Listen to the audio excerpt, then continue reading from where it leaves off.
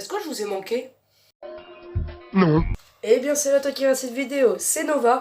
Et oui, ça fait très longtemps que je n'avais pas sorti de vidéo, donc je m'en excuse bien évidemment, mais entre temps j'ai pas trouvé d'autre chose à faire. Et je trouve qu'il n'y a que ça qui me plaît dans mes vidéos. Pour tout vous dire, j'ai d'ailleurs retrouvé d'autres comics dont je vais vous parler aujourd'hui. C'est parti.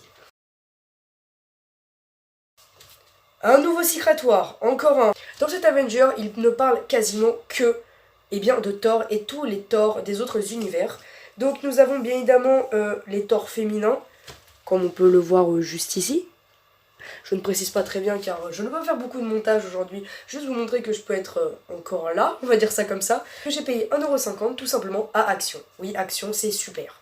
On continue avec un comics que je n'avais encore jamais acheté, n'importe quel tome confondu, Uncanny Avenger. J'avais très souvent entendu parler de Uncanny X-Men, d'ailleurs je l'ai confondu, hein, mais c'est cool parce que déjà d'une, l'aventure, je ne l'ai pas encore lu, donc je ne peux pas vous en parler, mais je suis très content d'avoir pu trouver un Uncanny Avenger. Il ne me manque plus qu'à trouver un Uncanny X-Men. Alors, ils sont écrits et dessinés par Luke Ross et par Al Ewing. Désolé si j'écorche les prénoms, je vais commencer à faire ça dans mes vidéos. Là, je vous parle d'un comics que je cherche depuis très longtemps. Pour tout vous montrer, il fait cette largeur-là.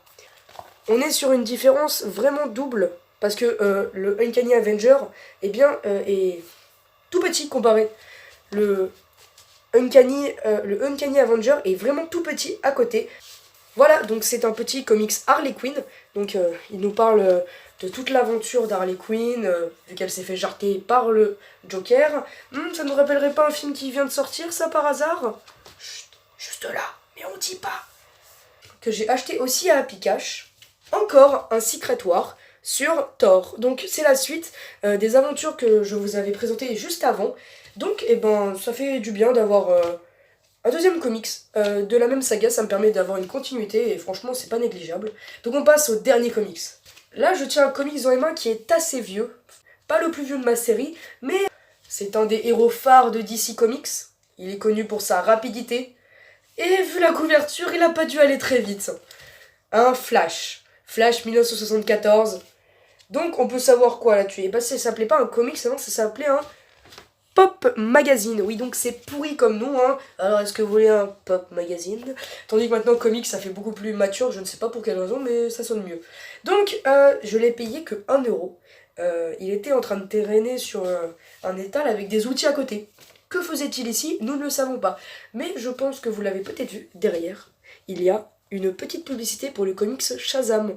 Et franchement, ça me fait très chaud au cœur parce que les comics Shazam, en fait, quand on regarde la différence, je me rapproche un petit peu, et ben on peut voir qu'avant, il y avait une très grande similarité avec Shazam et Superman.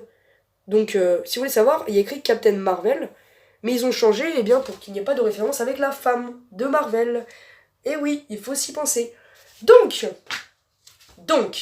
venons aux faits. Pour tous ces comics, je n'en ai eu que pour 5€. Donc, si vous voulez un conseil et que vous voulez commencer une collection, oui, parce que je vais faire ça dans les fins de mes vidéos, n'hésitez pas à aller souvent dans des petites brocantes. Il y a des brocantes qui sont faites tous les week-ends. Oui, on ne sait pas pourquoi. Oui, il y a bien il y a bien des brocantes qui sont faites tous les week-ends dans des petites campagnes, etc.